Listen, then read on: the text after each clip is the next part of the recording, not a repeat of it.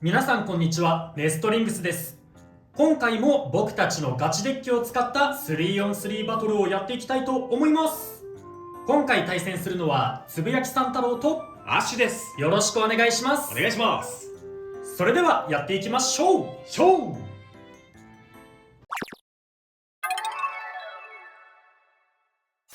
はい、こちらがアッシュが使うガチ 3on3 用のデッキになります。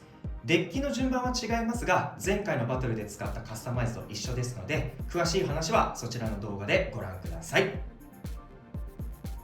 今回つぶやきさん太郎が使っていく 3on3 デッキはこちらになります。ファーストウェイはウィザードロッド 960B、 セカンドウェイはコバルトドラグーン 180E、 サードウェイはティラノビート 160U です。前回のバトルとカスタマイズと順番は全て同じになっておりますので、詳しい解説はそちらの動画をご覧ください。それではバトルに行きましょう。最初にシュートポジションを決めるじゃんけんをしていきます。最初はグー、じゃんけんぽい。レフトサイドでお互いのファーストウェイ、せーの、ジャン。コバルトドラグーン 180E、 ウィザードロッド 960B。 ファーストバトルレディーセット3、2、1、ゴーシュート。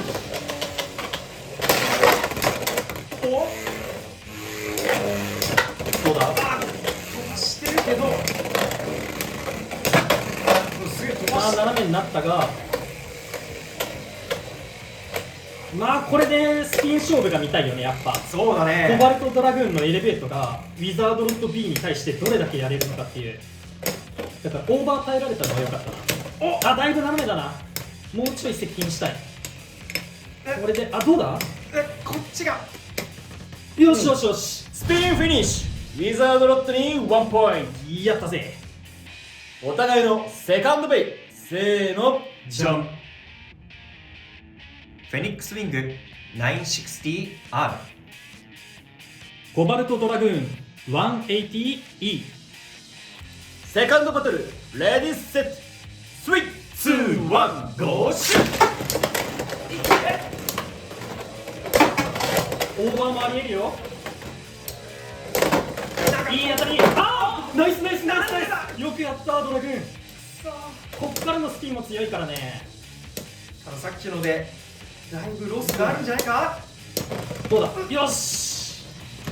スピンフィニッシュ、コバルトドラグーンに1ポイント。リバースが偉すぎる。ありがとうドラグーン。お互いのサードベイ、せーの、じゃん。ウィザードロッド 980B、 ティラノビート 160U。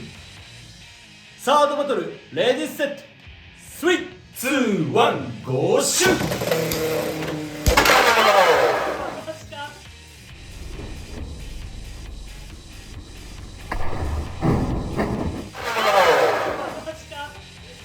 オーバーフィニッシュ。ウィザードロッドに2ポイント。よしよし、危ない。積み重ねてきたポイントが。サードバトルでも勝敗が決まらなかったので、デッキの順番を変えて続きをやっていきます。お互いのフォースベイ、せーの、じゃん。コバルトドラグーン、コバルトドラグーン。フォースバトルレディーセット3、2、1、ゴーシュー。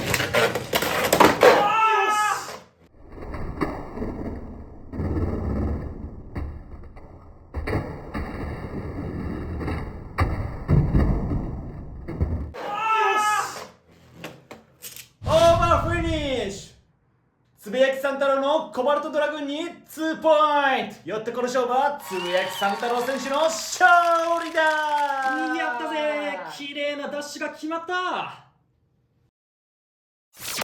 というわけで 3on3 バトルが終わりましたが、いかがだったでしょうか。いやー、よかったな。俺は1期目2期目でスピン取れてね、3期目でオーバー取られてめちゃめちゃヒヤッとしたんだけど積み重ねてきたポイントが同点になって、いや最後のドラグーンでアタック決めれたのでかかったな。あの決まり方は気持ちよかったで、見てる側としてはもうあっぱれと言うしかない。綺麗なダッシュが決まって本当良かったです。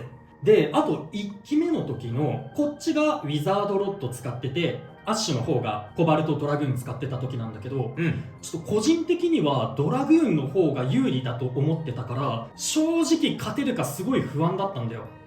だけど今回ロッドの方が勝って、やっぱり若干ドラグーンの方が有利かなとは思いつつも、別に毎回勝負するごとに絶対ドラグーンが勝つってわけじゃなくてね、ロッドの方も試合運びによってはドラグーン対ロッドでもロッド勝つことあるなって思って、これもちょっと1機目で対戦できてよかったなって思いました。ドラグーンとロッド当てることができて。そうだね、自分もまだそんなに回せてない状況で、つぶやきさん太郎からロッド B にも勝てるよって聞いてたから、最初の1機目出した時にこれはちょっとワンポイントもらったかと思ってたんですが、だよね、蓋を開けてみたらね、こっちが逆にスピン負けしてしまったので、やっぱり必ずこっちが強いってわけじゃないんだなっていうのは分かりましたね。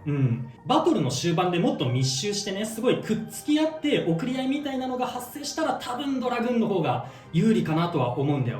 今回試合運び的にね、最後の方の終盤でちょっと離れることが多かったっていうところが、ロッドが勝てた要因かなって見てて思いましたね。なるほどね。こっちの回転吸収をさせずに、こっちがどんどん離れてロスをして、でそのままこっちがスピンで負けてしまうと。そうだと思ったね、見てて。いや、俺も傍から見てての感想だけど、途中でね、だいぶコバルトドラグーンとロッドが離されて、回転吸収ができない状態になってるとこで、だんだんドラグーンの回転が落ちてるなとは思ってたんだよ。でその後やっぱりちゃんとさっきつぶやきさんが言った通り密集しなくて、しかもロッドってさ、割と丸いから、相手に与える回転量も少ないと思うんだよね、送り合いになった時に、送り拒否とかも言うんだけど、だからそういうそのロッドのいいとこも相まって、終盤だいぶ回転差ができてね、もうその吸収では追いつけないくらいの回転差になっちゃって、ドラグーンが先に止まっちゃったかなっていう風にこっちからは見えたかな。だからまあ実際ね、コバルトドラグーン E とロッドはドラグーンの方が若干有利に感じてしまうんだけど、やっぱり展開とか、それこそロッドの方は倒れないような調整とか、そういうことによってだいぶ結果は変わるのかなとは思ったね。そうだね。だから安牌絶対にロッドに勝てるっていうベイではなかったね。でも全然勝ち目があるベイが出たってのはいいことだなとは思いますが。それでアッシュなんですが、このコバルトドラグーンは180のラチェットを採用してまして、これがなぜかっていうと、やっぱり少しでも高さを増して相手の姿勢を崩したいっていう意思のもとで、カスタマイズにしてるんですけれども、もしこれが160とか別の60で姿勢を低くした時に、このウィザードロッドと送り合戦になった時にどうなるかっていうのもちょっと試してみたいなって思いました。そうだね、確かに高さの違いによってその回転がうまく吸収できなかった、送り合いに発展しなかったっていうのは確かにあるかもしれないね。俺も同じカスタマイズでドラグーンに180使ってるんだけど、それが攻撃力上げたいからっていう理由もあるんだけど、確かに攻撃力上げるとそこがちょっと欠点というか気になるところになるかもしれんね。どっちを取るかだよね、安定性か攻撃力か。エレベートが出たことでね、ドラグーンがさらに強力になって、結構ウィザードロッドへの勝ち筋も増えてきたので、これからの 3on3 バトルのカスタマイズとかも悩んでくるんじゃないかと思います。楽しくなってきたかと思うね。というわけで、この動画が良かったらグッドボタンとチャンネル登録をよろしくお願いいたします。それでは次の動画でまた会いましょう。バイバーイ。バイバーイ。